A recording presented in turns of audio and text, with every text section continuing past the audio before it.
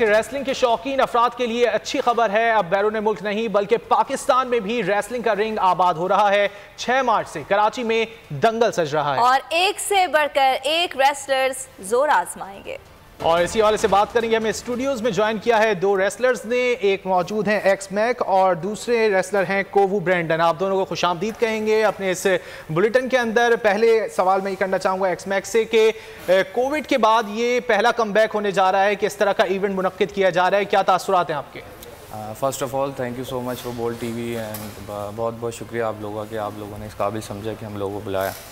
अच्छा, इवेंट के हवाले से कोविड ऑब्वियसली सारे बिज़नेस डाउन हो चुके थे और लेकिन रेसलर्स में हम लोग में ज़ाहिर है बहुत पैशनेट होते हैं, हम लोग एथलीट्स होते हैं, तो हम लोगों ने अपनी ट्रेनिंग जारी रखी हुई थी। लेकिन अल्हम्दुलिल्लाह अब काफ़ी चीज़ें कोविड की वजह से मिनिमाइज़ होती जा रही हैं, तो अब हम इंशाल्लाह इवेंट की तरफ अब जा रहे हैं जिसमें हमारे साथ KMC स्पोर्ट्स कॉम्प्लेक्स ने बहुत ज़्यादा ताउन किया है, डिपार्टमेंट ने।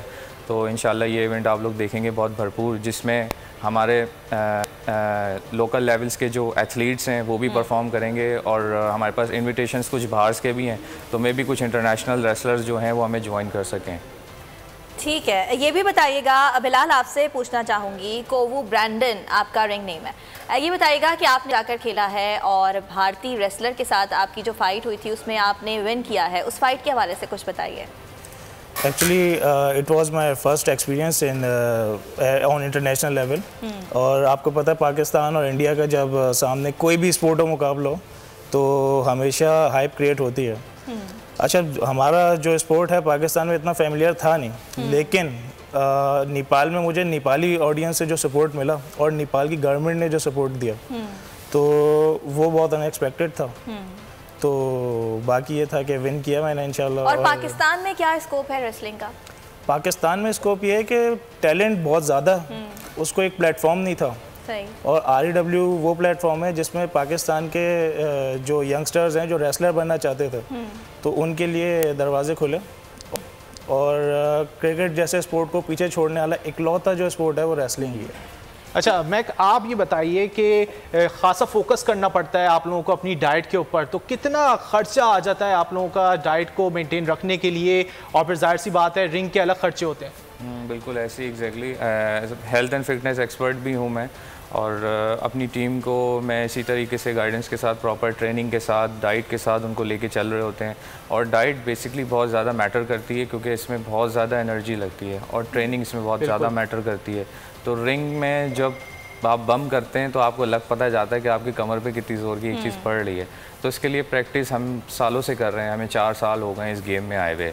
लेकिन अब वही बात है कि प्राइवेट सेक्टर्स और गवर्नमेंट जब अब सपोर्ट करेगी तो डेफिनेटली ये स्पोर्ट्स भी बहुत हाईलाइट होगा क्योंकि काफ़ी लोग इसको क्रेज़ है, काफ़ी लोग इसको पसंद करते हैं, बट प्लेटफॉर्म नहीं है तो दैट्स वाई बड़े मुश्किल हो जाती है। ठीक है, जो बच्चे, जो यंगस्टर्स जो रेसलर बनना चाहते हैं, उनको इस खेल में इंटरेस्ट है, उनको आप क्या बताएंगे? वो किस तरह से आपको अप्रोच कर सकते हैं, या अगर उनको रेसलर बनना है तो आगाज़ कैसे किया जाए? आगाज़ ऐसा ही होगा कि सबसे पहले वो अपनी सेहत का ख्याल रखें। उसके बाद हमारी जो रेसलिंग कंपनी है रेवोल्यूशन ईस्टर्न रेसलिंग REW, उसको वो ज्वाइन कर सकते हैं। हमारी वेबसाइट पे जाके जो अपना फॉर्म फिलअप कर सकते हैं, हमारे ऑफिस आ सकते हैं, तो हम उनको फिर इनरोल कर लेते हैं, फिर हम उनको ट्रेन करते हैं, फिर परफॉर्म करवाते हैं। जब तक प्रॉपर ट्रेनिंग नहीं होती हम उनको परफॉर्मेंस नहीं करा सकते। अच्छा ब्रेंडन, जैसा कि मैक ने कहा कि प्रॉपर ट्रेनिंग नहीं होती तो हम उनको परफॉर्म नहीं कराते, कुछ बच्चे जो हैं वो घर पे भी हमने देखा है कि शौक में रेसलिंग शुरू कर देते हैं दूसरे बच्चों के साथ, उनके लिए क्या पैगाम देना चाहेंगे? क्योंकि ये बहुत अहम है कि बच्चों को बताया जाए कि ये खेल तो है लेकिन इस तरह का खेल नहीं है कि आप घर पे भी खेल सकें। रूल्स क्या होते हैं इसमें? रूल्स तो बहुत सारे हैं जो शायद मैं चैनल में अगर बताना शुरू करूँगा तो मैच टाइप से इतनी है तो हमारे पास पूरा दिन लग जाएगा। ये है कि इसको घर पे नहीं ट्राई करें, स्कूल्स में ट्राई नहीं करें। अब ज़ाहिर है बचपन में शौक़ होता है, हमने भी जो है ना अपने बिस्तर तोड़े हैं बचपन में ना, तो ये है कि इसको आएँ। और प्लेटफॉर्म नहीं था पहले, प्लेटफॉर्म REW दे रही है, आप एडमिशन लें, ट्रेनिंग लें और फिर अपना जो शौक़ है वो पूरा करें। ठीक है, ये बताएं ब्रेंडन के एक रेसलर को मुश्किलात क्या पेश आती हैं? जैसा कि हमने डाइट की बात की, फिटनेस की बात की, ट्रेनिंग बहुत टफ होती है, तो किन मुश्किलात से गुजरना पड़ता है आप लोगों को? भाई सबसे पहले तो ये है कि हम पाकिस्तान की मुश्किलात की बात करते हैं और पाकिस्तान में सबसे पहली मुश्किलात तो ये आती है जो कि हमने ही फेस करी। सबसे पहले तो सपोर्ट। अब तो अच्छा खासा सपोर्ट मिल गया, वरना स्टार्ट में हमें अपनी फैमिली तक से कोई सपोर्ट नहीं था। और लोग जो है काफ़ी मतलब कहते थे नहीं यार it's impossible in Pakistan, but we have to prove that कि नथिंग इज़ इम्पॉसिबल। और किया। अभी भी यही है, काफ़ी जो ज्वाइन करना चाहते हैं उनको फैमिली से यही इशू आता है कि भाई रेसलर क्यों बनना चाहते हो, इंजीनियर या डॉक्टर क्यों नहीं बनते, और अगर स्पोर्ट ही करना है तो क्रिकेट क्यों नहीं। तो ना सिर्फ रेसलिंग, कोई भी स्पोर्ट हो सपोर्ट उसको मिलना चाहिए। और हमारे अपने कंट्री लेकिन अभी रेसलिंग में इतना स्कोप है कि एज करियर इसको परसू किया जा सके? बिल्कुल किया जा सकता है, बिल्कुल स्कोप है।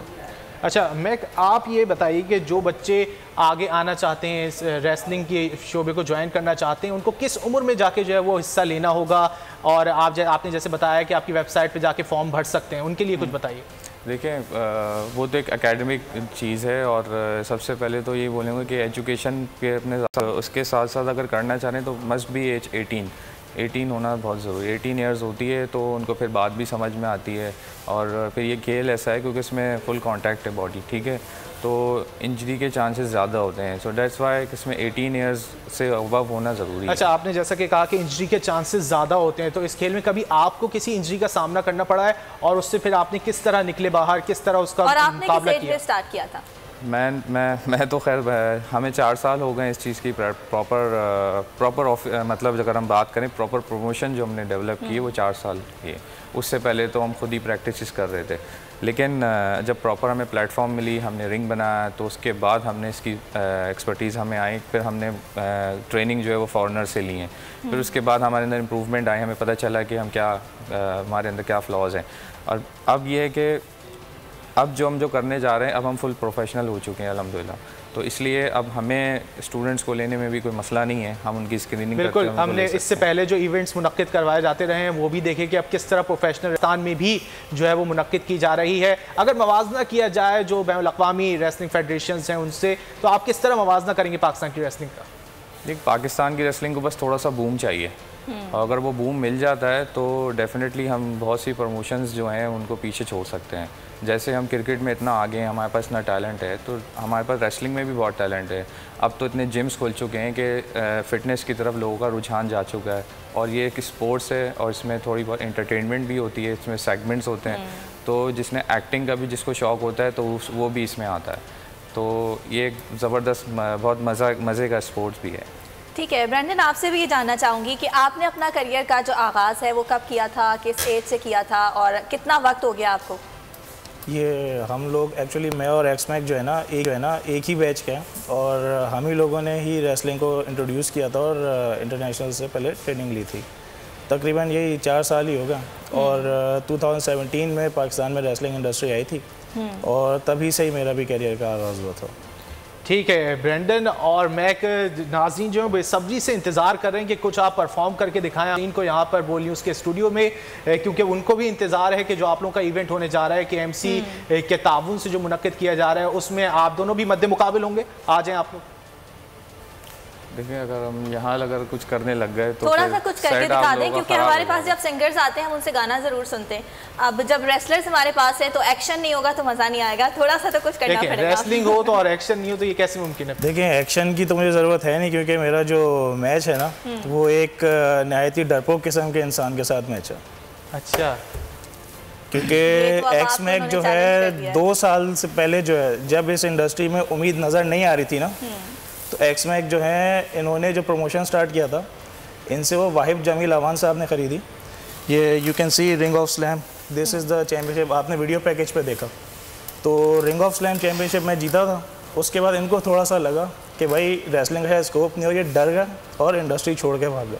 ओह, यू जस्ट शट अप। ये बिल्कुल बकवास बात है, आप लोग इस पर बिलीव नहीं कीजिएगा। अच्छा, ये जो बेल्ट जो उनके कंधे पर है ना, ये मेरी कंपनी थी, मैंने इसको ओन किया था, ठीक है। अच्छा। अब वो मैंने कंपनी किसी को दी है, बट ये जाके चैंपियन उस पर बन गए। तो अब ये बेल्ट बस कुछ ही दिन रह गए जो इनके, ये कुछ ही दिन रह गए बस, ये जो इवेंट आने वाला है ये बेल्ट इनके हाथ से जाने वाली है। बात दरअसल ये है कि साहब बताओ यार, तुम डरपोक को छोड़ के गए थे, मैं छोड़ के नहीं गया था, मैं छोड़ के नहीं गया था, मैं इंजर्ड हुआ था, चले, अच्छा, और मैंने रिकवरी देख लेना थोड़ा, मैंने रिकवरी की थोड़ा है, सा आइडिया हो जाएगा कि ये बेल्ट किसको मिलने वाला है, किसमें कितना है दम पता चल जाएगा। दम तो आपको इवेंट वाले दिन ही नजर आएगा। थोड़ा सा मैं तो तैयार हूँ, मुझे कोई मसला नहीं है।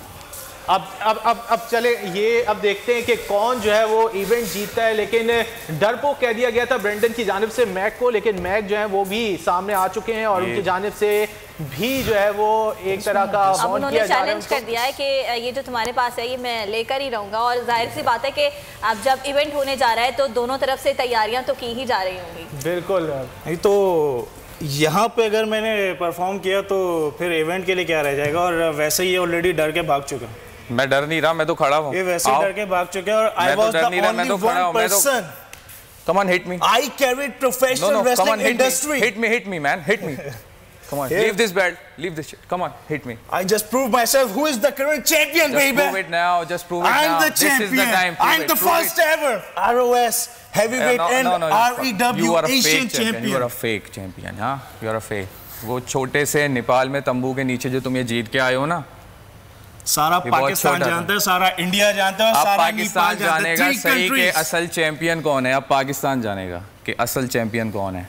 अच्छा। और ये तुम्हें बहुत जल्द पता लगेगा कोबू ब्रैंडन कौन है असल चैंपियन। ये तुम्हें पता चलेगा। Where is the camera? कौन है असल champion? Who is the bloody real champion? ये बहुत जल्दी आने वाली है इधर। चले, नाज़रीन को बेसब्री से इंतजार रहेगा ब्रेंडन और मैक के कौन जो है वो चैंपियन बनेगा। और जल्द ही ये इवेंट होने जा रहा है, उसमें ब्रेंडन और पहले यही छोड़ के मैक जो है वो मद्दे मुकाबिल होंगे। देखना ये कि कौन ये जो रेसलिंग का जो मुकाबला होने जा रहा है, कौन ये अपने नाम करता है और कौन किसे हराता है।